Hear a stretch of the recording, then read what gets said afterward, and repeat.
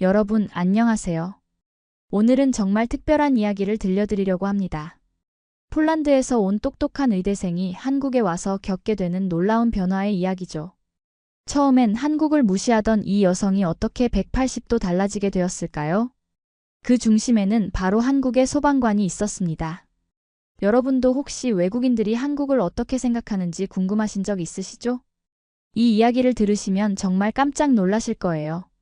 특히 식당에서 벌어진 그 순간은 정말 소름 돋을 정도로 감동적이었습니다. 과연 어떤 일이 벌어졌을까요? 그리고 마르타의 동생까지 한국인 소방관과 사랑에 빠지게 되는데 과연 어떤 반전이 기다리고 있을까요? 지금부터 시작하는 이야기를 끝까지 들어보시면 여러분도 한국인이라는 것이 얼마나 자랑스러운지 다시 한번 느끼실 수 있을 겁니다. 그럼 시작하기 전에 구독과 좋아요, 그리고 알림 설정 부탁드릴게요. 여러분의 작은 관심이 저에게 큰 힘이 됩니다. 폴란드 바르샤바의 한 의과대학 도서관, 겨울찬 바람이 창문을 두드리는 늦은 저녁이었습니다. 두꺼운 의학 서적들 사이에서 마르타가 열심히 공부하고 있었어요. 졸업을 불과 몇 달 앞둔 그녀는 폴란드에서도 손꼽히는 우등생이었습니다. 신경외과 전문의를 꿈꾸는 그녀의 책상 위에는 해부학, 병리학, 양리학 교재들이 산더미처럼 쌓여 있었죠. 마르타는 항상 자신의 학업에 자부심을 가지고 있었어요. 유럽의 선진 의료 시스템에서 교육받은 자신이 세계 어디에 가서도 뒤지지 않을 거라고 믿었거든요. 그런 마르타에게 언니 안나로부터 예상치 못한 전화가 걸려왔습니다. 마르타야, 나 결혼해. 언니의 들뜬 목소리가 수화기를 통해 전해졌어요. 마르타는 처음엔 귀를 의심했습니다. 언니가 영어 강사로 일하러 간 한국에서 결혼을 한다니요. 더욱 놀라운 건 상대방이 소방관이라는 사실이었습니다. 소방관이라고? 언니, 정말 제대로 생각해 본 거야? 마르타의 목소리에는 걱정과 의구심이 담겨 있었어요. 마르타의 머릿속엔 한국에 대한 편견들이 가득했습니다. 물론 삼성이나 현대 같은 대기업들로 경제는 발전했지만 사회 시스템은 아직 서구에 비해 뒤처져 있을 거라고 생각했거든요. 특히 의료 시스템이나 응급 대응 체계는 유럽만 못할 거라고 단정하고 있었습니다. 아시아 국가들이 겉으로는 화려해 보여도 실제로는 선진국 수준에 못 미치잖아. 마르타는 속으로 중얼거렸어요. 특히 소방관이라는 직업에 대해서는 더욱 걱정이 컸습니다. 위험하고 힘든 일인데 과연 가정을 제대로 지킬 수 있을까 싶었어요. 폴란드에서도 소방관은 존경받는 직업이지만 아시아 국가의 소방 시스템이 얼마나 체계적일지 의문이었습니다. 언니가 정말 행복할 수 있을까? 언어도 다르고 문화도 완전히 다른 곳에서 말이야. 마르타는 깊은 한숨을 내쉬었어요. 게다가 소방관이라는 직업의 위험성을 생각하면 더욱 불안했습니다. 화재 현장이나 구조 작업에서 다칠 위험이 항상 있는 직업인데 과연 안정적인 가정생활이 가능할까 하는 의문이 들었거든요. 안나는 전화 너머로 한국의 발전된 모습과 약혼자의 성실함을 열심히 설명했지만 마르타의 마음을 바꾸기엔 부족했습니다. 언니, 정말 신중하게 생각해봐. 우리나라 의료 시스템이나 사회보장 제도가 훨씬 안정적이잖아. 그리고 유럽연합 시민권도 있는데 굳이 아시아로 가야 해? 마르타는 언니를 설득하려고 노력했어요. 하지만 안나의 결심은 확고했습니다. 오히려 마르타를 결혼식에 꼭 참석해달라고 간곡히 부탁했어요. 직접 와서 보면 생각이 바뀔 거야. 한국이 정말 놀라운 나라라는 걸 알게 될 거야. 결국 마르타는 언니의 간청을 뿌리칠 수 없어서 한국행을 결정했습니다.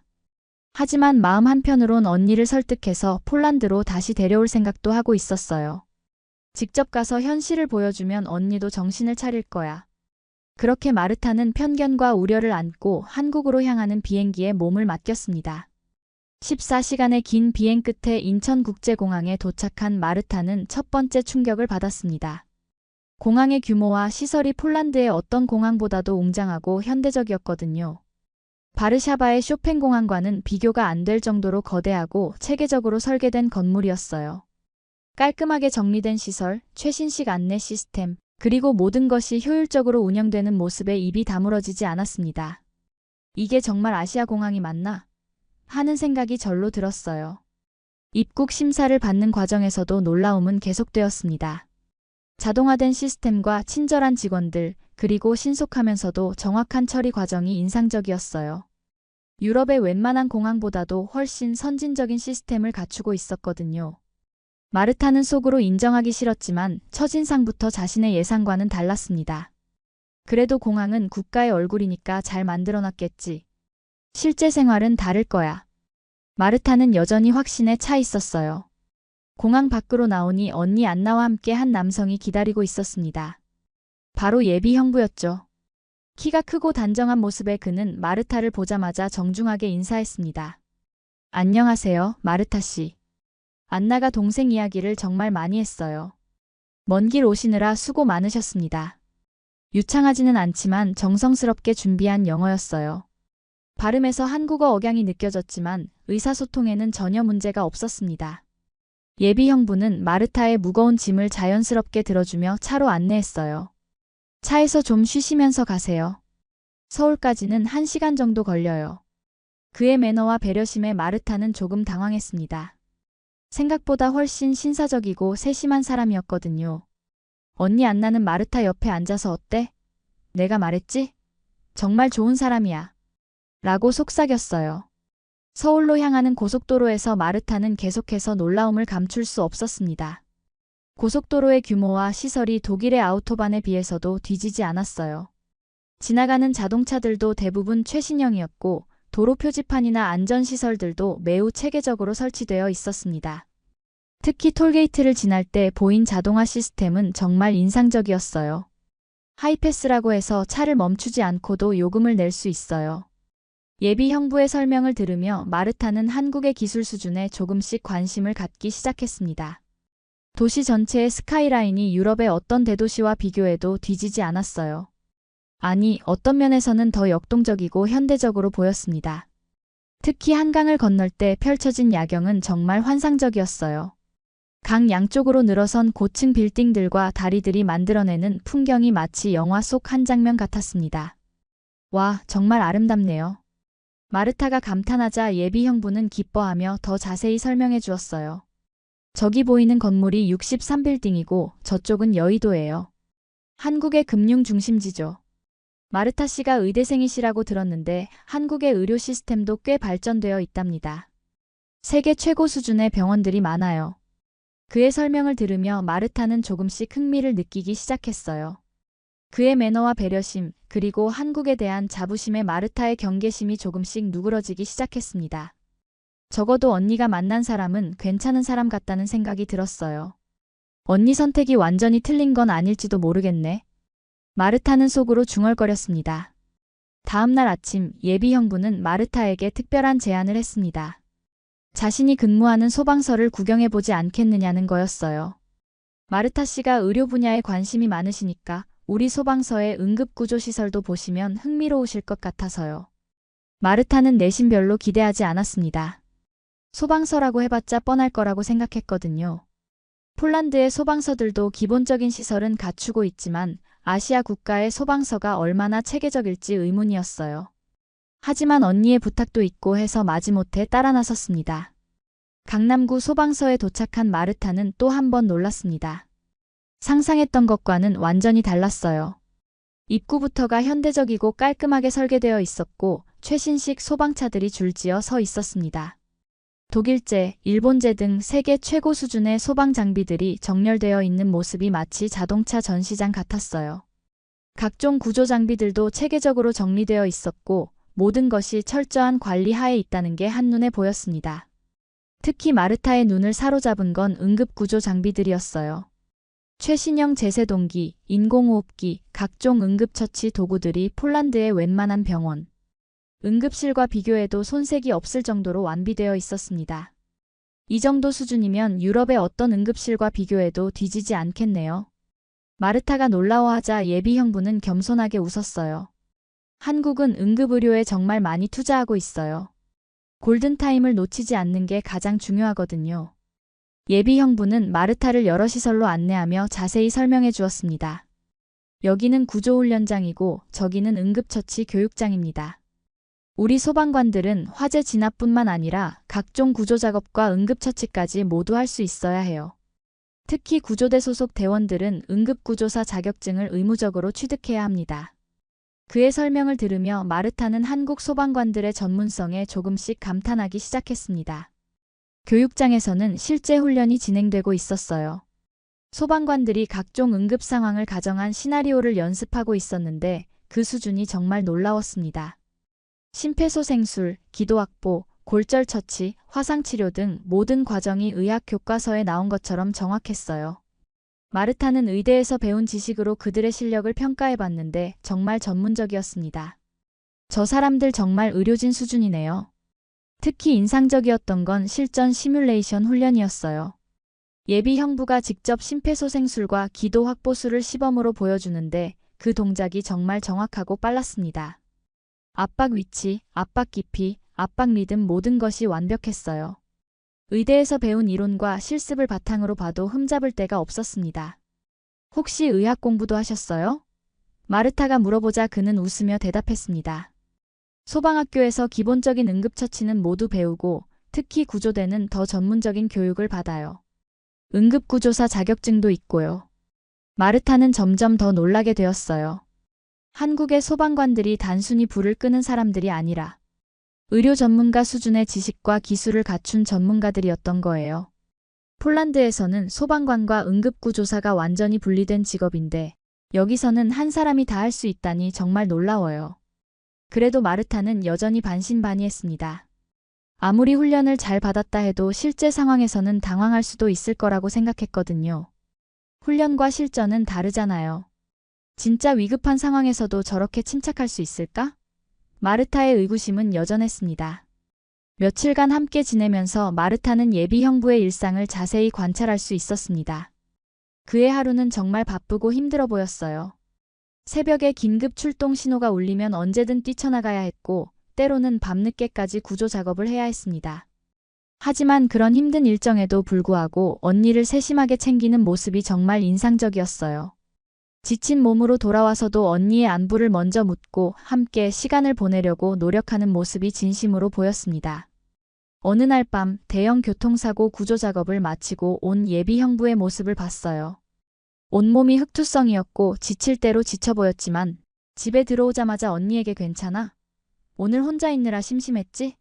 라고 물어봤습니다. 그리고 피곤한 몸에도 불구하고 언니가 좋아하는 차를 끓여주는 모습을 봤어요. 마르타는 그런 모습을 보며 감동받았습니다.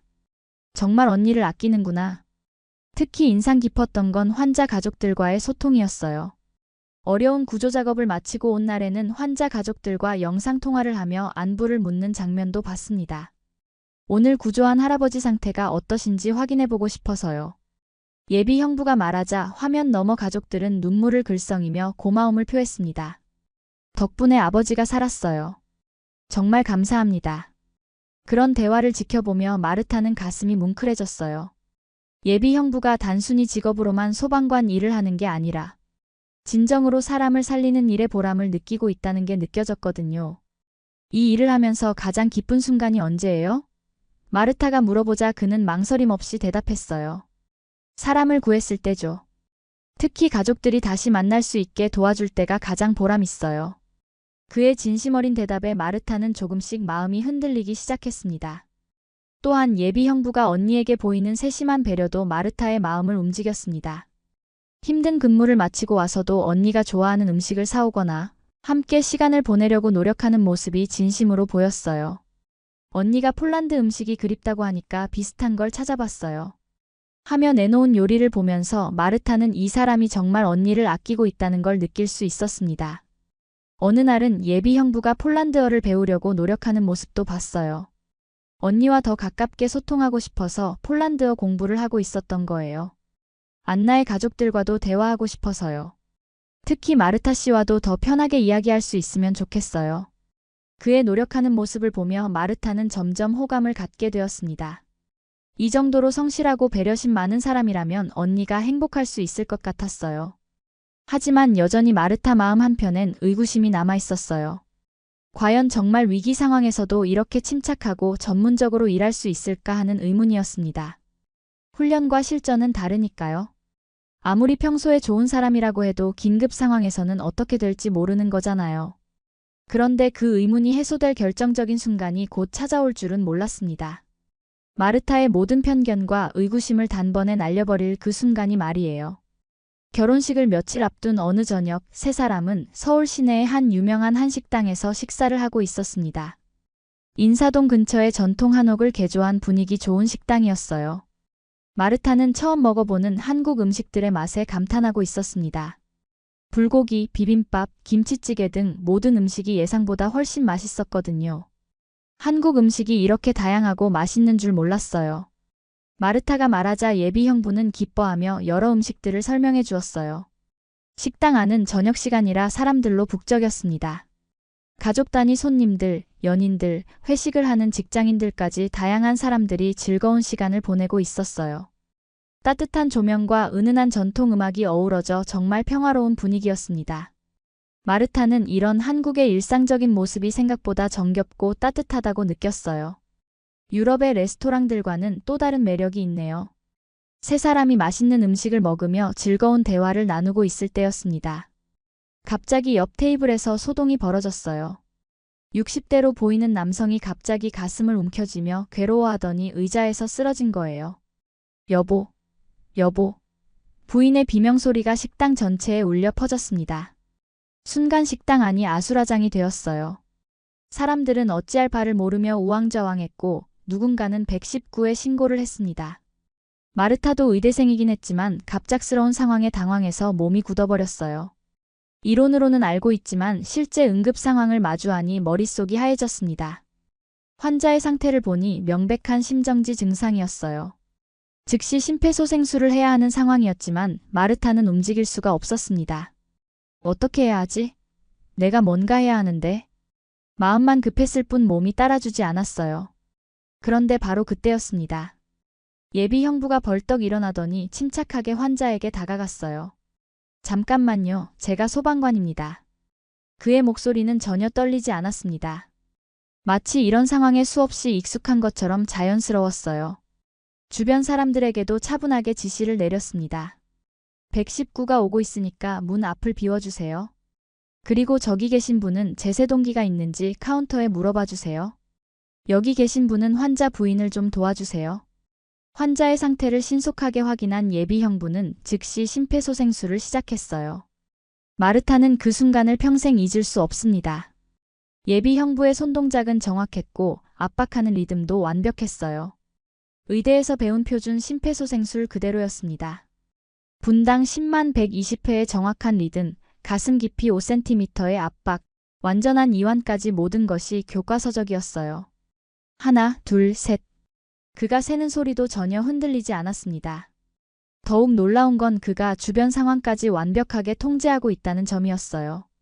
심폐소생술을 하면서도 환자 부인을 안심시키고 구급차가 올 수 있도록 통로를 확보하고 필요한 정보들을 체크하고 있었습니다. 환자분 연세가 어떻게 되세요? 평소에 복용하는 약이 있으신가요? 언제부터 가슴 통증을 호소하셨나요?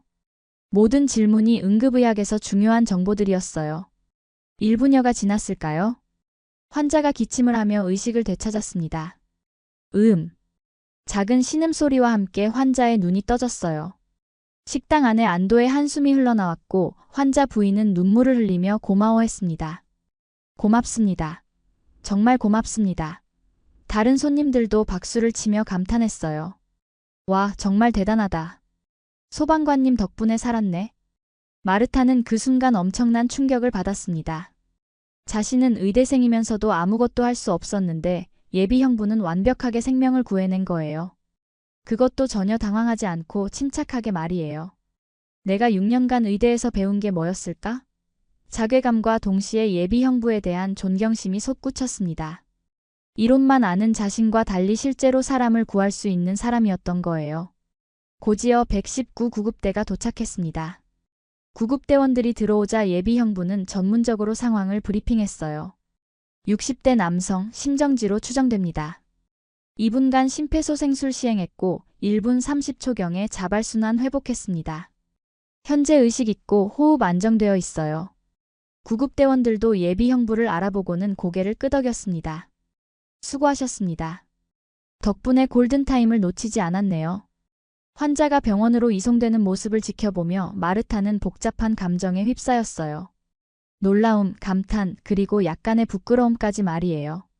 자신이 그동안 한국과 한국 사람들에 대해 얼마나 편견을 가지고 있었는지 깨닫게 되었거든요. 특히 예비 형부에 대한 생각이 완전히 바뀌었습니다.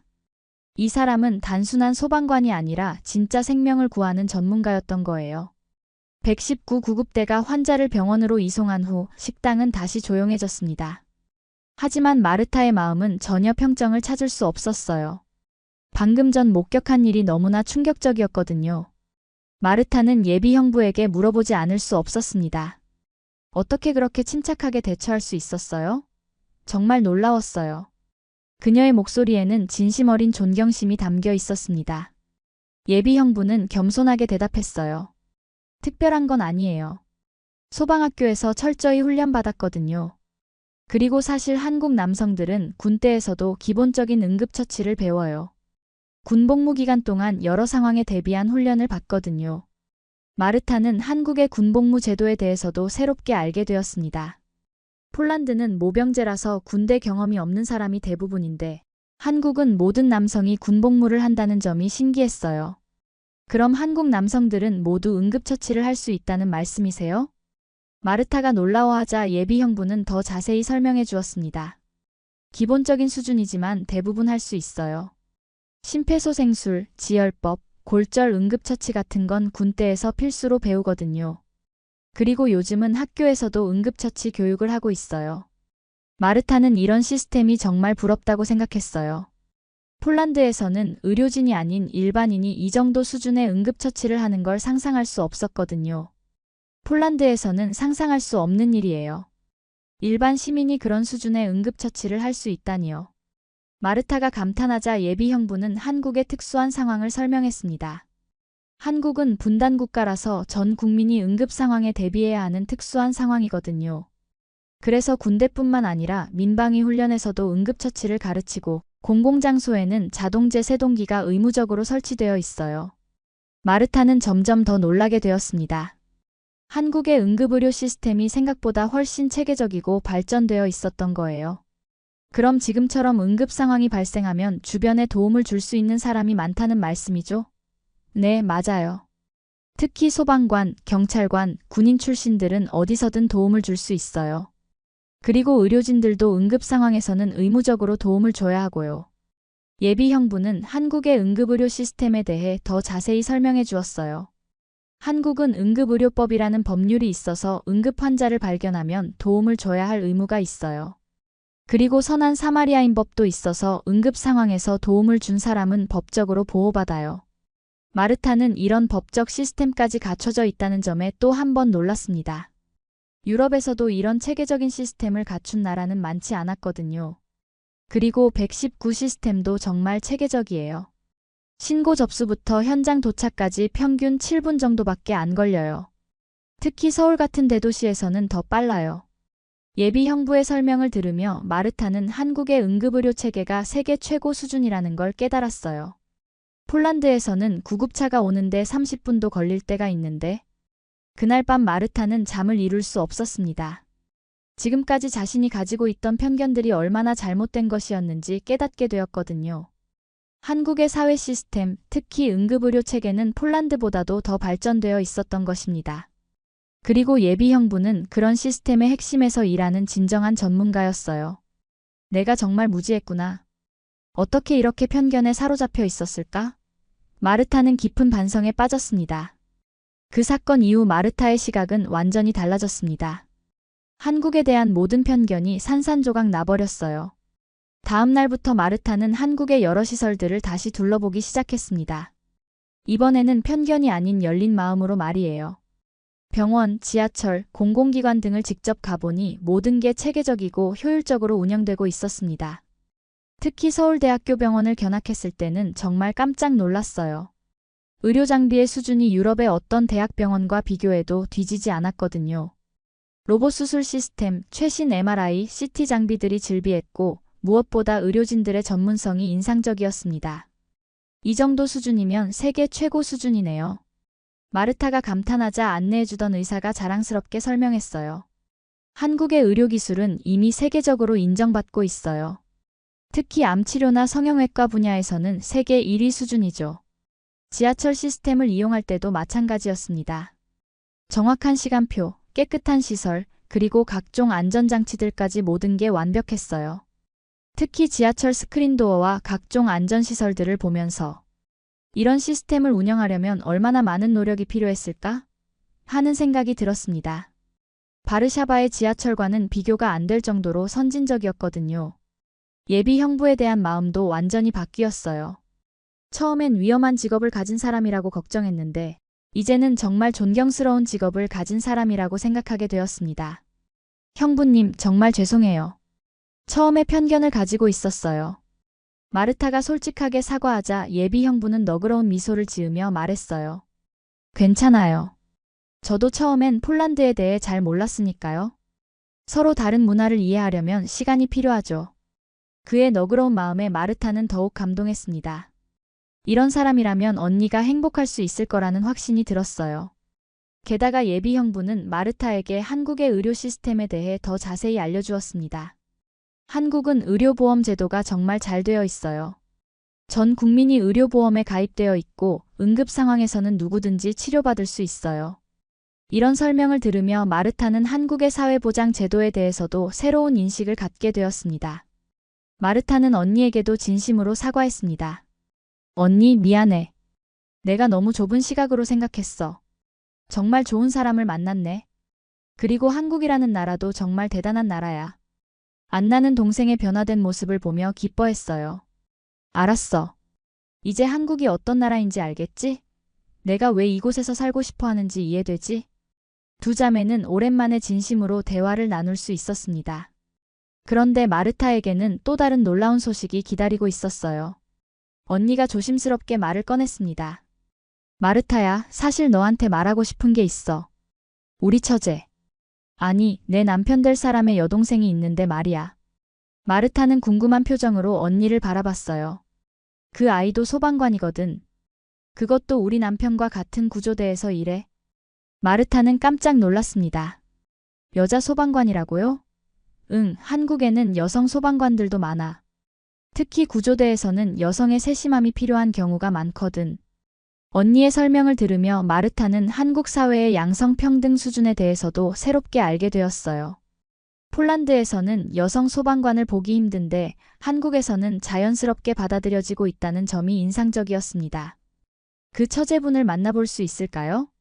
마르타가 호기심 어린 표정으로 물어보자 언니는 웃으며 대답했어요. 당연하지. 사실 그 아이도 너를 정말 만나고 싶어해.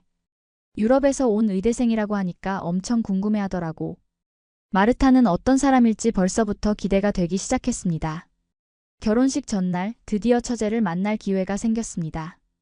소희라는 이름의 그녀는 27세로 마르타보다 1살 어렸어요. 처음 만났을 때부터 마르타는 소희에게 강한 인상을 받았습니다. 키는 작았지만 당당한 자세와 밝은 미소가 인상적이었거든요. 안녕하세요. 마르타 씨 이야기 정말 많이 들었어요. 폴란드에서 의대를 다니신다고 들었는데 정말 대단하세요. 소희의 첫인상은 정말 좋았어요. 소희는 마르타를 자신의 소방서로 안내했습니다. 여성 소방관들이 근무하는 모습을 직접 보여주고 싶었던 거예요. 한국에서는 여성 소방관이 전체의 약 3% 정도 돼요. 숫자는 적지만 우리도 남성 동료들과 똑같이 일하고 있어요. 소희의 설명을 들으며 마르타는 한국 여성들의 사회 진출에 대해 새로운 시각을 갖게 되었습니다. 소희가 구조훈련을 하는 모습을 봤을 때 마르타는 정말 놀랐어요. 작은 체구에도 불구하고 밧줄을 타고 건물에서 내려오거나 무거운 구조 장비를 능숙하게 다루는 모습이 정말 인상적이었거든요. 와, 정말 대단하네요. 어떻게 이런 일을 할 생각을 하셨어요? 마르타가 물어보자 소희는 웃으며 대답했어요. 어려서부터 사람을 돕는 일을 하고 싶었어요. 의사가 되고 싶었는데 성적이 안 돼서 소방관이 되었죠. 하지만 지금 일이 정말 보람있어요. 두 사람은 금세 친해졌습니다. 비슷한 나이대에 둘 다 사람을 돕는 일에 관심이 많았거든요. 소희는 마르타에게 한국의 여성 소방관 제도에 대해 자세히 설명해 주었어요. 임신하면 내근으로 전환되고 육아휴직도 보장돼요. 그리고 여성만을 위한 시설도 따로 마련되어 있고요. 이런 복지 제도를 들으며 마르타는 한국의 사회보장 시스템이 생각보다 훨씬 선진적이라는 걸 알게 되었어요. 결혼식 당일 마르타는 언니의 들러리로 서면서 진심으로 축복해 주었습니다. 아름다운 한복을 입은 언니와 정중한 한복 차림의 형부를 보며 정말 잘 어울리는 한 쌍이라는 생각이 들었어요. 결혼 예식이 진행되는 동안 마르타의 눈에는 감동의 눈물이 맺혔습니다. 이제야 언니의 선택이 얼마나 현명했는지 이해할 수 있었거든요. 피로연에서 마르타는 하객들과 대화를 나누며 한국 사람들의 따뜻함을 더욱 깊이 느꼈습니다. 형부의 동료 소방관들도 와서 인사를 나누었는데 모두들 책임감 있고 성실한 모습이었어요. 우리 형부님이 정말 좋은 분이시네요. 마르타가 말하자 동료들은 입을 모아 칭찬했습니다. 저희 중에서도 가장 성실하고 실력 있는 분이에요. 마르타 씨가 부러워요. 이런 형부를 두게 되어서 말이에요. 특히 소희와 더 많은 시간을 보내면서 마르타는 특별한 감정을 느끼기 시작했어요. 소희의 당당함과 전문성, 그리고 따뜻한 마음씨에 점점 매료되어 갔거든요. 두 사람은 의료와 구조라는 공통 관심사로 밤늦게까지 대화를 나누었습니다. 마르타 씨는 정말 똑똑하시네요.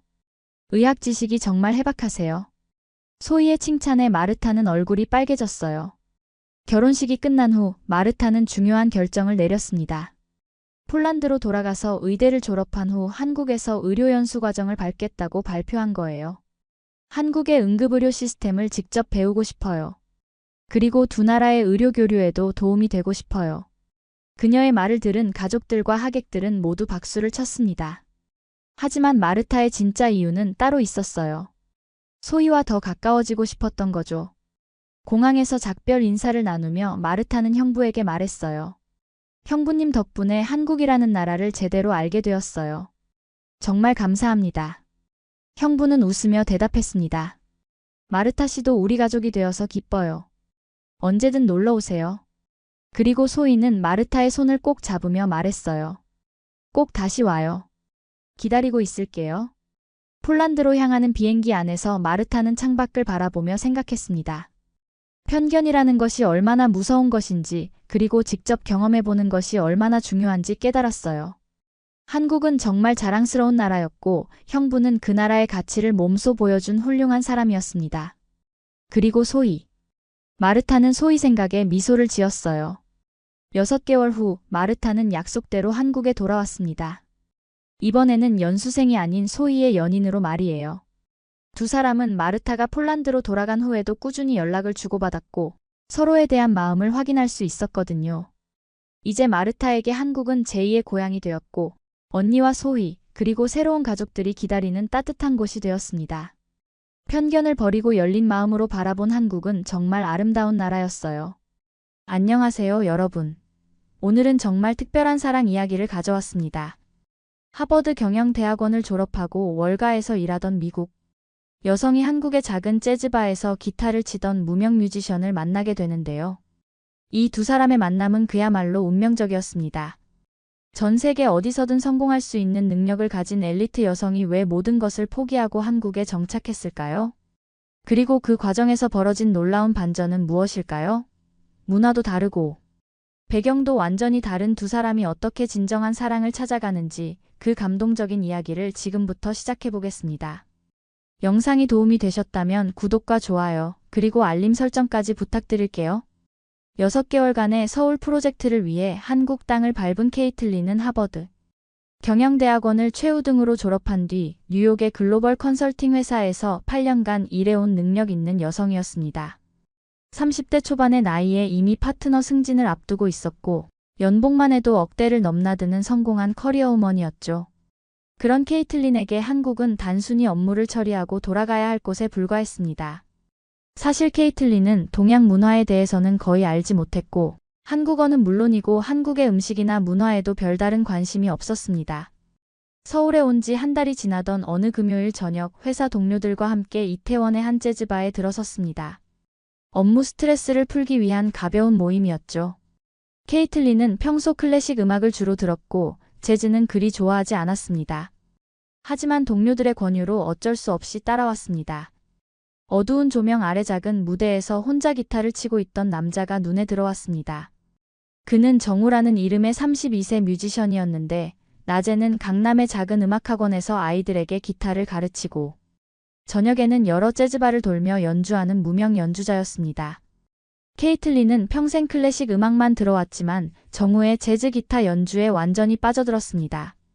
그의 손끝에서 흘러나오는 선율은 마치 자신의 마음속 깊은 곳을 어루만지는 것 같았죠. 정우가 연주하는 곡은 빌 에반스의 왈츠 포 데뷔였는데 그 슬프면서도 아름다운 선율이 케이틀린의 가슴을 파고들었습니다. 연주가 끝나고 박수가 터져나올 때 케이틀린은 자신도 모르게 눈물이 흘러내리는 것을 느꼈습니다. 동료들은 그런 케이틀린의 모습을 신기하게 바라봤습니다. 항상 차갑고 이성적이던 그녀가 이렇게 감정적인 모습을 보이는 것은 처음이었거든요. 그날 밤 케이틀린은 호텔 방에서 잠을 이루지 못했습니다. 정우의 연주가 계속 머릿속에 맴돌았고 그의 진지한 표정과 음악에 몰입하는 모습이 잊혀지지 않았습니다. 이런 감정은 처음이었습니다. 지금까지 케이틀린에게 사랑이란 조건과 계산이 따르는 것이었는데 이번엔 달랐습니다. 순수하고 설명할 수 없는 끌림이었죠. 케이틀린은 침대에 누워 천장을 바라보며 계속 생각했습니다. 도대체 저 남자가 누구일까? 왜 내가 이런 기분을 느끼는 걸까? 새벽이 되어서야 겨우 잠이 들었습니다. 다음 날부터 케이틀린의 일과가 바뀌었습니다. 업무가 끝나면 혼자서 그 재즈바를 찾아갔죠. 처음엔 동료들과 함께 갔지만 점점 혼자 가는 시간이 늘어났습니다. 매일 같은 자리에 앉아서 정우의 연주를 듣는 것이 일상이 되었습니다. 케이틀린은 그 자리를 자신만의 특별한 장소라고 생각했습니다. 정우도 매일 같은 자리에 앉아 있는 외국인 여성을 의식하기 시작했습니다. 처음에는 단순히 재즈를 좋아하는 외국인 관광객이라고 생각했지만 매일 같은 시간에 나타나는 것을 보면서 호기심이 생겼습니다. 케이틀린은 영어로 된 재즈곡을 신청하기도 했고 때로는 연주 후 박수를 가장 크게 치는 사람이었습니다. 그녀는 음악에 대한 지식은 많지 않았지만 정우의 연주에는 특별한 감정이 담겨 있다는 것을 느낄 수 있었습니다. 특히 정우가 슬픈 곡을 연주할 때면 케이틀린의 눈에도 어김없이 눈물이 맺혔습니다. 하지만 정작 정우에게 말을 걸 용기는 없었습니다. 하버드에서 수백 명 앞에서 프레젠테이션을 하고 억대 프로젝트를 진행하던 그녀였지만 한 남자 앞에서는 수줍은 소녀가 되어 있었습니다. 한 달이 지나고 정우는 더 이상 참을 수 없었습니다. 매일 같은 자리에서 자신을 바라보는 그녀가 궁금해졌습니다. 정우는 평소 내성적인 성격이었지만 이번에는 달랐습니다. 그녀의 눈빛에서 진실한 감정을 느낄 수 있었거든요. 연주가 끝나고 무대에서 내려온 정우는 처음으로 케이틀린의 테이블로 걸어갔습니다. 서툰 영어로 매일 와주셔서 감사합니다 라고 말했죠.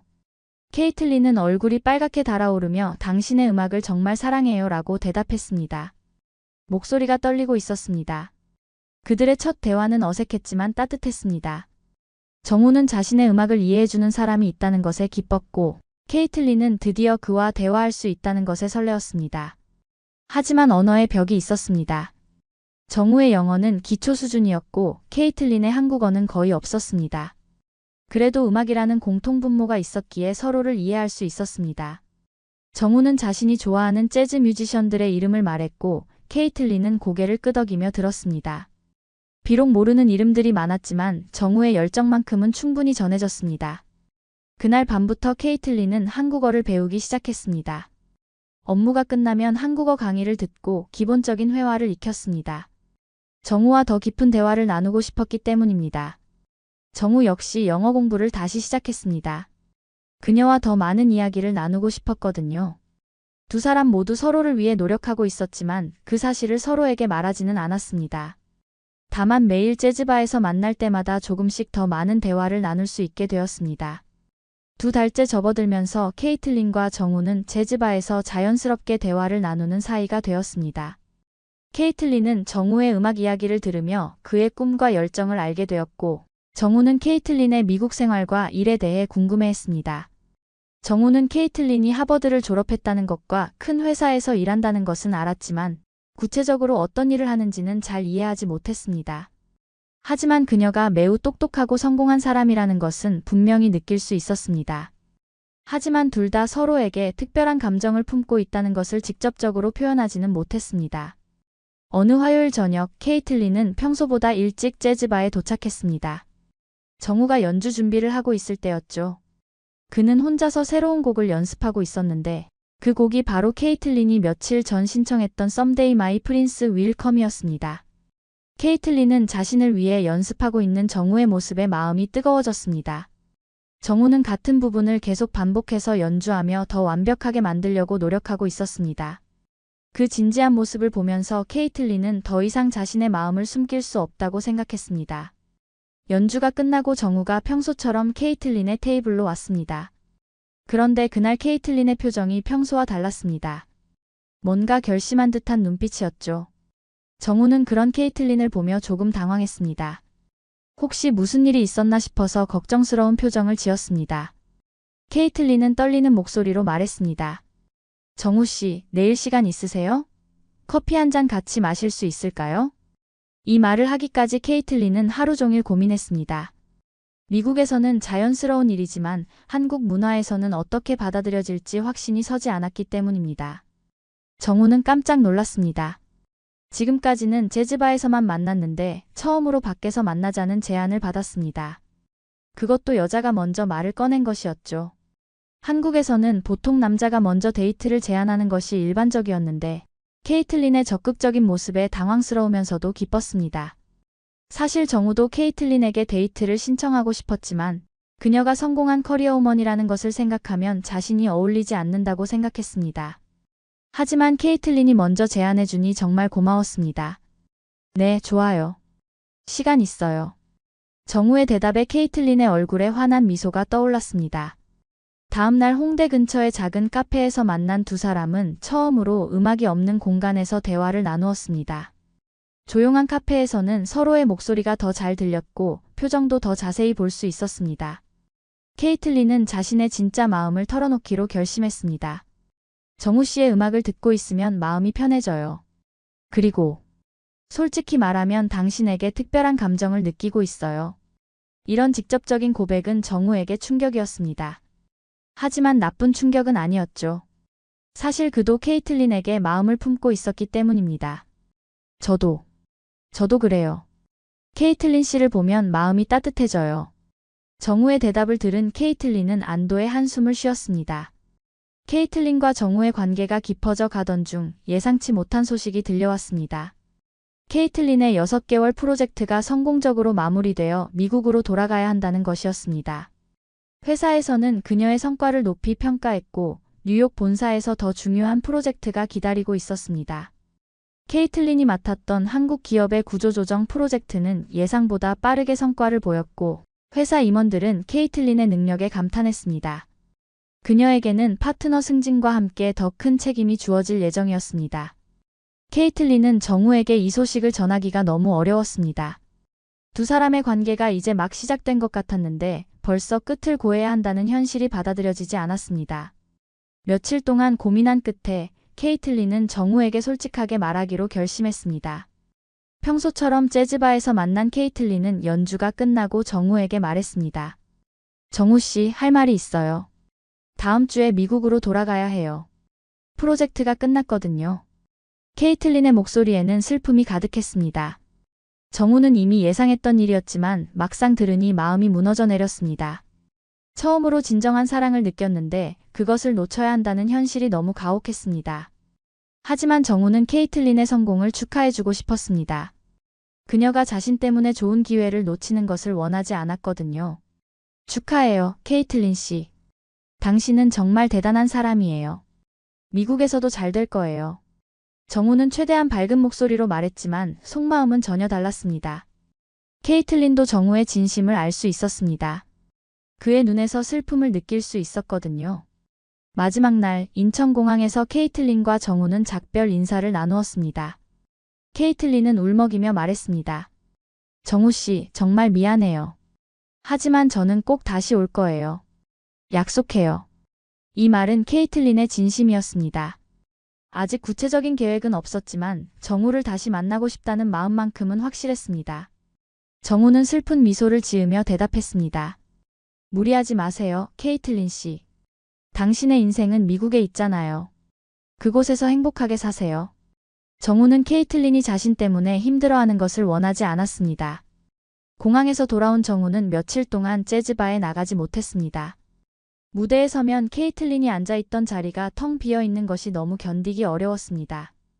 음악학원에서 아이들을 가르칠 때도 집중이 되지 않았고 평소보다 실수가 많아졌습니다. 케이틀린도 뉴욕에 돌아가서 업무에 집중하려 했지만 정우의 기타 선율이 계속 머릿속에 맴돌았습니다. 일에 집중할 수 없었고 밤에는 잠을 이루지 못했습니다. 동료들은 케이틀린의 변화를 눈치챘지만 그녀는 아무에게도 한국에서의 일을 말하지 않았습니다. 미국으로 돌아간 케이틀린은 회사에서 큰 환영을 받았습니다. 한국 프로젝트의 성공으로 회사 내에서 그녀의 평가는 더욱 높아졌고 임원들은 케이틀린을 파트너로 승진시키겠다는 제안을 했습니다. 파트너로 승진하면서 연봉도 대폭 인상되는 조건이었죠. 주변 사람들은 모두 축하했지만 케이틀린의 마음은 공허했습니다. 성공한 것 같지만 행복하지 않았습니다.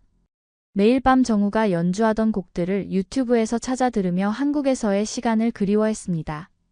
특히 정우가 자주 연주하던 Someday My Prince Will Come을 들을 때면 눈물이 멈추지 않았습니다. 케이틀린은 자신의 변화를 스스로도 놀라워했습니다. 지금까지 성공과 돈이 인생의 전부라고 생각했는데 한국에서 정우를 만난 후 가치관이 완전히 바뀌었습니다.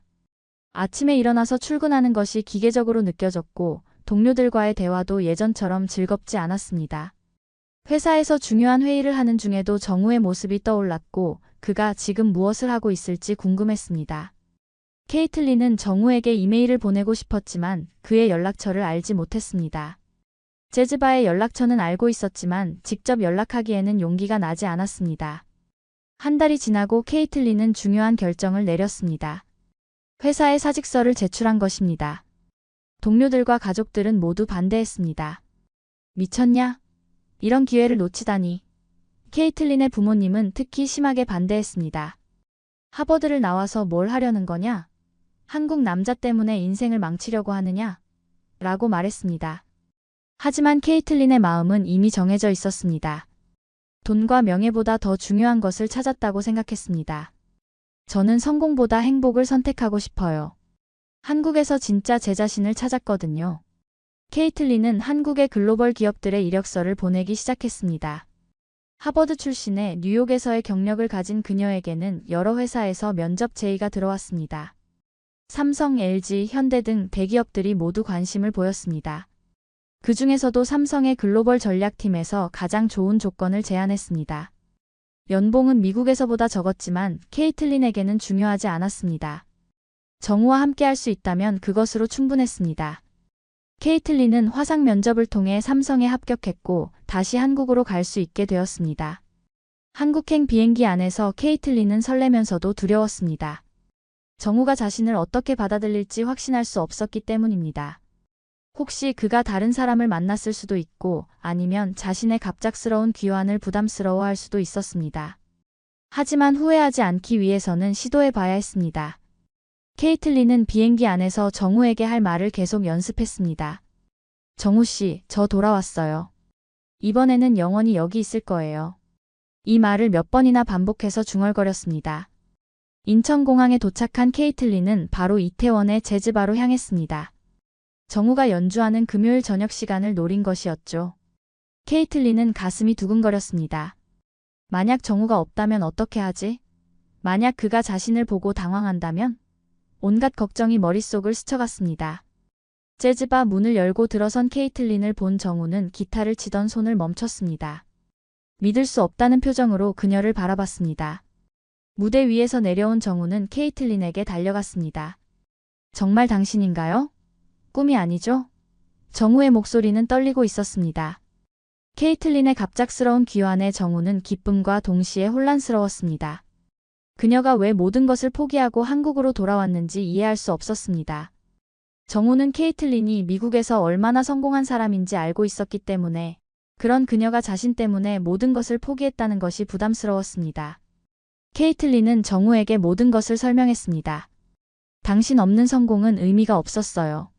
저는 당신과 함께 있을 때 진정한 저 자신을 발견했거든요. 미국에서 아무리 많은 돈을 벌고 높은 지위에 올라도 마음이 공허했어요. 매일 밤 당신의 음악을 그리워하며 울었어요. 하지만 여기서 놀라운 진실이 밝혀졌습니다. 사실 정우는 단순한 무명 뮤지션이 아니었습니다. 그는 서울대 음악대학을 졸업한 뒤 뉴욕의 유명한 재즈 스쿨인 뉴스쿨에서 5년간 공부했던 실력파 연주자였습니다. 미국에서 여러 유명 뮤지션들과 함께 연주했고 브래드 멜다우와 함께 앨범 작업을 한 경험도 있었습니다. 케이틀린은 이 이야기를 들으며 깜짝 놀랐습니다. 정우 씨가 뉴욕에 있었다고요? 그럼 영어도 잘하시는 거네요? 정우는 부끄러운 듯 웃으며 대답했습니다. 사실 영어는 잘해요. 하지만 케이틀린 씨가 한국어를 배우려고 노력하는 모습이 너무 예뻐서 계속 서툰 척했어요. 정우가 한국으로 돌아온 이유는 아버지의 갑작스러운 병환 때문이었습니다. 아버지가 운영하던 작은 음악학원을 물려받아 가족을 돌보기 위해 미국에서의 성공을 포기하고 한국에 정착한 것이었죠. 정우의 아버지는 한국 재즈계의 1세대 뮤지션으로 많은 후배들을 키워낸 존경받는 분이었습니다. 하지만 당뇨 합병증으로 건강이 악화되면서 음악학원을 운영하기 어려워졌고 정우가 모든 것을 포기하고 돌아올 수밖에 없었습니다. 저도 미국에서 성공하고 싶었어요. 하지만 가족보다 중요한 건 없더라고요. 케이틀린은 이 이야기를 들으며 더욱 정우에게 마음이 끌렸습니다. 그가 단순히 꿈을 포기한 것이 아니라 가족에 대한 책임감으로 잠시 미뤄둔 것이라는 걸 알았기 때문입니다. 정우는 음악에 대한 열정을 포기할 수 없어서 밤에는 여러 재즈바에서 연주를 계속하고 있었습니다. 하지만 그것만으로는 생계를 유지하기 어려웠고 낮에는 아버지의 음악학원에서 아이들을 가르치며 근근히 살아가고 있었습니다. 언젠가는 다시 제 음악을 할 수 있을 거라고 믿어요. 하지만 지금은 아버지와 가족이 더 중요해요. 케이틀린은 정우에게 제안했습니다. 우리 함께 음악을 해봐요. 저는 비즈니스를 담당하고 당신은 음악에 집중하세요. 제가 하버드에서 배운 것들과 뉴욕에서의 경험을 활용해서 당신의 음악을 더 많은 사람들에게 알릴 수 있을 거예요. 케이틀린의 눈에는 확신이 차 있었습니다. 그녀는 이미 머릿속으로 구체적인 계획을 세우고 있었습니다. 정우의 재능과 자신의 비즈니스 능력을 결합하면 분명히 성공할 수 있을 것이라고 생각했습니다. 정우는 처음에는 망설였습니다. 케이틀린이 자신을 위해 이미 너무 많은 것을 포기했다고 생각했기 때문입니다. 하지만 케이틀린의 진심 어린 제안과 구체적인 계획을 들으며 마음이 움직였습니다. 그녀는 한국에서 음악 관련 비즈니스를 시작하고 정우의 음악을 더 많은 사람들에게 알리고 싶어 했습니다. 우리가 함께하면 당신의 아버지도 자랑스러워 하실 거예요. 그분이 평생 꿈꿔온 한국 재즈의 발전에 우리가 기여할 수 있을 거예요. 케이틀린의 말에 정우는 깊이 감동했습니다. 두 사람은 함께 새로운 꿈을 그려나가기 시작했습니다. 케이틀린의 비즈니스 경험과 정우의 음악적 재능이 만나면 분명히 좋은 결과가 있을 것이라고 믿었습니다. 이것이 바로 진정한 사랑의 모습이었습니다. 서로를 위해 희생하는 것이 아니라 함께 더 큰 꿈을 꿀 수 있게 해주는 것이었죠. 케이틀린은 정우에게 말했습니다. 우리는 서로를 완성시켜주는 존재예요. 당신은 저에게 진정한 행복이 무엇인지 가르쳐 주었고 저는 당신의 꿈을 현실로 만들어 드릴 수 있어요. 케이틀린이 한국에 정착하면서 두 사람의 관계는 더욱 깊어졌습니다. 케이틀린은 삼성에서 글로벌 전략 팀장으로 일하며 한국 생활에 적응해갔고 정우는 여전히 음악학원을 운영하면서 저녁에는 재즈바에서 연주를 계속했습니다. 하지만 이제는 케이틀린이 없는 날이 없었습니다. 그녀는 정우의 가장 든든한 지지자가 되어 있었습니다. 케이틀린은 정우의 연주를 들으며 그날의 피로를 풀었고 정우는 케이틀린의 응원을 받으며 더욱 열정적으로 연주했습니다. 두 사람은 서로에게 없어서는 안 될 존재가 되어 있었습니다. 케이틀린은 한국 생활에 적응하기 위해 많은 노력을 했습니다. 한국어 실력도 빠르게 늘었고 한국 문화에 대해서도 공부했습니다. 특히 정우의 가족들과 친해지려고 노력했습니다. 정우의 어머니는 처음에는 외국인 며느리감에 대해 걱정했지만 케이틀린의 진심 어린 마음을 알게 되면서 점차 마음을 열었습니다. 케이틀린은 주말마다 정우의 부모님을 찾아뵙고 한국 요리를 배우며 가족의 일원이 되어갔습니다. 정우의 아버지는 케이틀린의 음악에 대한 열정을 보며 그녀를 진심으로 좋아하게 되었습니다. 3개월이 지나고 케이틀린은 정우에게 중요한 제안을 했습니다. 정우 씨, 우리 같이 살면 어떨까요? 저 혼자 사는 게 너무 외로워요. 그리고 매일 당신을 보고 싶어요. 이런 직접적인 제안은 한국 문화에서는 쉽게 받아들여지지 않는 것이었습니다. 하지만 정우는 케이틀린의 솔직하고 적극적인 성격을 이미 알고 있었고 그런 그녀의 모습을 사랑했습니다. 케이틀린은 미국식 사고방식으로 사랑하는 사람과 함께 살고 싶어 했고 그것이 자연스럽다고 생각했습니다. 결혼 전에 서로를 더 잘 알아가는 것이 좋지 않을까요? 정우는 며칠 동안 고민했습니다. 케이틀린과 함께 살고 싶었지만 아직 결혼도 하지 않은 상태에서 동거를 시작하는 것이 부담스러웠습니다. 한국의 전통적인 관념으로는 결혼 전 동거가 쉽게 받아들여지지 않았거든요. 하지만 케이틀린의 진심을 알고 있었고 그녀가 자신을 위해 모든 것을 포기했다는 것을 생각하면 거절할 수 없었습니다. 또한 자신도 매일 케이틀린과 함께 있고 싶었습니다. 결국 정우는 케이틀린의 제안을 받아들였습니다. 좋아요. 하지만 부모님께는 천천히 말씀드려야 할 것 같아요. 한남동의 작은 아파트에서 시작된 두 사람의 동거 생활은 처음에는 어색했습니다. 문화적 차이가 가장 큰 문제였습니다. 케이틀린은 아침에 시리얼과 우유로 간단히 식사를 해결했지만 정우는 꼭 밥과 국이 있어야 하는 사람이었습니다. 또한 케이틀린은 집에서도 신발을 신고 다니는 것이 자연스러웠지만 정우에게는 이해하기 어려운 문화였습니다. 생활 패턴도 달랐습니다. 케이틀린은 새벽 5시에 일어나서 조깅을 한 후 출근했지만 정우는 밤늦게까지 연주를 하고 늦게 일어나는 편이었습니다. 하지만 이런 작은 차이들은 오히려 두 사람에게 재미있는 경험이 되었습니다. 케이틀린은 한국 요리를 배우기 시작했고 정우는 서양식 생활에 적응하려 노력했습니다. 케이틀린은 정우의 어머니에게 김치찌개 만드는 법을 배웠고 정우는 케이틀린을 위해 팬케이크 만드는 법을 익혔습니다. 서로의 문화를 이해하고 받아들이는 과정에서 두 사람은 더욱 가까워졌습니다. 케이틀린은 정우의 가족들과도 친해졌고 정우 역시 케이틀린의 미국 가족들과 화상통화로 인사를 나누었습니다. 두 사람은 서로 다른 문화를 가진 것이 단점이 아니라 장점이라는 것을 깨달았습니다. 케이틀린과 정우는 함께 음악 관련 사업을 시작했습니다. 케이틀린의 비즈니스 경험과 정우의 음악적 재능을 결합해서 작은 음악 스튜디오를 열었습니다. 낮에는 각자 본업에 충실하고 저녁에는 함께 스튜디오에서 일했습니다. 케이틀린은 마케팅과 영업을 담당했고 정우는 음악 제작과 교육을 맡았습니다. 처음에는 작은 규모였지만 점점 입소문이 나면서 많은 사람들이 찾아왔습니다. 정우의 실력 있는 연주와 케이틀린의 체계적인 운영이 만나면서 스튜디오는 성공적으로 자리 잡았습니다. 1년이 지나고 케이틀린과 정우의 관계는 더욱 안정되었습니다. 케이틀린은 삼성에서 인정받는 팀장이 되었고 정우는 자신의 음악 스튜디오를 본격적으로 운영하기 시작했습니다. 케이틀린의 비즈니스 감각과 정우의 음악적 재능이 합쳐져서 스튜디오는 성공적으로 운영되고 있었습니다. 이제 정우는 낮에 음악학원에서 아이들을 가르치고 저녁에는 자신의 스튜디오에서 성인들을 위한 재즈 클래스를 운영했습니다. 케이틀린은 주말마다 스튜디오에서 마케팅 업무를 도우며 정우의 든든한 파트너가 되어 있었습니다. 두 사람의 꿈이 현실로 이루어지고 있었습니다. 정우의 아버지도 건강이 많이 회복되었습니다. 케이틀린이 미국에서 가져온 당뇨 관리 노하우와 좋은 의료진을 소개해준 덕분이었습니다. 정우의 아버지는 케이틀린을 진짜 딸처럼 아꼈고 케이틀린도 정우의 부모님을 친부모처럼 모셨습니다. 케이틀린의 부모님도 처음에는 걱정했지만 딸의 행복한 모습을 보면서 점차 마음을 열기 시작했습니다. 케이틀린은 화상통화로 정우를 부모님께 소개했고 정우도 서툰 영어로 인사를 드렸습니다. 양쪽 가족 모두 두 사람의 사랑을 축복해 주었습니다. 어느 따뜻한 봄날 저녁 케이틀린은 정우에게 한강으로 산책을 가자고 제안했습니다. 평소와 다른 케이틀린의 모습에 정우는 뭔가 특별한 일이 있을 것 같은 예감이 들었습니다. 케이틀린은 그날 하루 종일 초조해했고 저녁 식사도 제대로 하지 못했습니다. 정우는 케이틀린이 무슨 고민이 있는 것 같아서 걱정했지만 케이틀린은 그냥 산책하고 싶어요 라고만 말했습니다. 한강공원에 도착해서 벤치에 앉아 있는데 케이틀린이 갑자기 일어나서 정우 앞에 무릎을 꿇었습니다. 정우는 깜짝 놀라서 케이틀린을 일으켜 세우려고 했지만 케이틀린은 그 자리에 그대로 있었습니다. 정우 씨, 저와 결혼해 주세요. 케이틀린의 갑작스러운 프러포즈에 정우는 깜짝 놀랐습니다.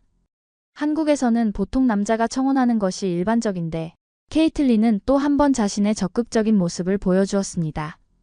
케이틀린은 떨리는 목소리로 계속 말했습니다.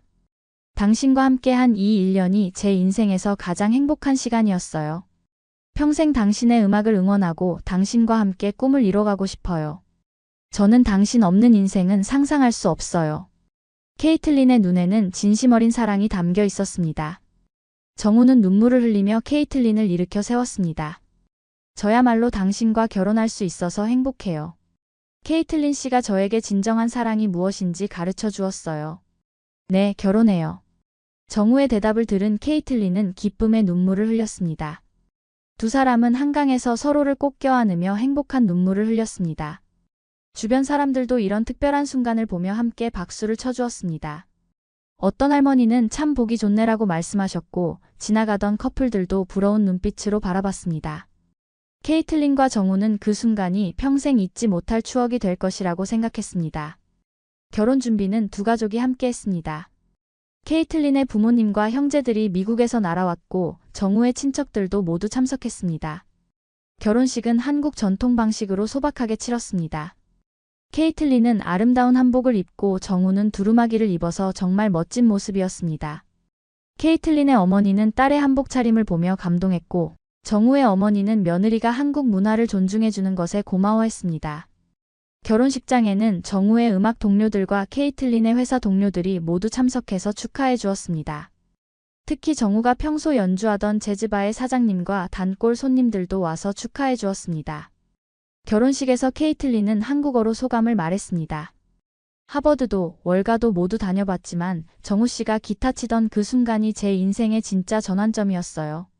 사랑은 계산이 아니라 마음으로 하는 거라는 걸 배웠습니다. 이제 저는 진정한 한국 사람이 되고 싶어요. 케이틀린의 유창한 한국어의 하객들은 모두 감탄했습니다. 정우도 영어로 케이틀린의 부모님에게 인사를 드렸습니다. 저는 케이틀린을 평생 행복하게 해드리겠습니다. 저희 사랑을 축복해 주셔서 감사합니다. 지금도 두 사람은 행복하게 살고 있습니다. 케이틀린은 여전히 그 재즈바에서 정우의 연주를 듣고 있고 정우는 아내를 위해 매일 새로운 곡을 만들고 있습니다. 두 사람이 함께 운영하는 음악 스튜디오는 이제 한국에서 유명한 재즈 교육기관이 되었습니다. 케이틀린은 삼성에서 임원으로 승진했고 정우는 자신의 첫 번째 정규 앨범을 발표했습니다. 그 앨범에는 케이틀린을 위해 만든 곡들이 많이 담겨 있었습니다. 케이틀린은 앨범 발표회에서 이렇게 말했습니다. 진정한 사랑은 서로를 위해 무엇인가를 포기하는 것이 아니라 함께 더 큰 꿈을 꿀 수 있게 해주는 것이라는 걸 정우 씨가 가르쳐 주었어요. 우리는 앞으로도 계속 함께 꿈을 이루어 나갈 거예요. 두 사람의 사랑 이야기는 많은 사람들에게 감동을 주었습니다. 서로 다른 문화와 배경을 가진 두 사람이 진정한 사랑으로 하나가 되었다는 것 자체가 아름다운 이야기였습니다. 케이틀린과 정우는 이제 한국과 미국을 잇는 문화의 다리 역할을 하고 있습니다. 두 사람의 스튜디오에는 많은 외국인들이 한국 음악을 배우러 오고 한국 사람들은 서양 음악을 배우러 옵니다. 케이틀린과 정우의 사랑 이야기는 단순한 연애담이 아니라 서로 다른 문화가 만나 아름다운 하모니를 만들어내는 희망적인 메시지를 전해주고 있습니다.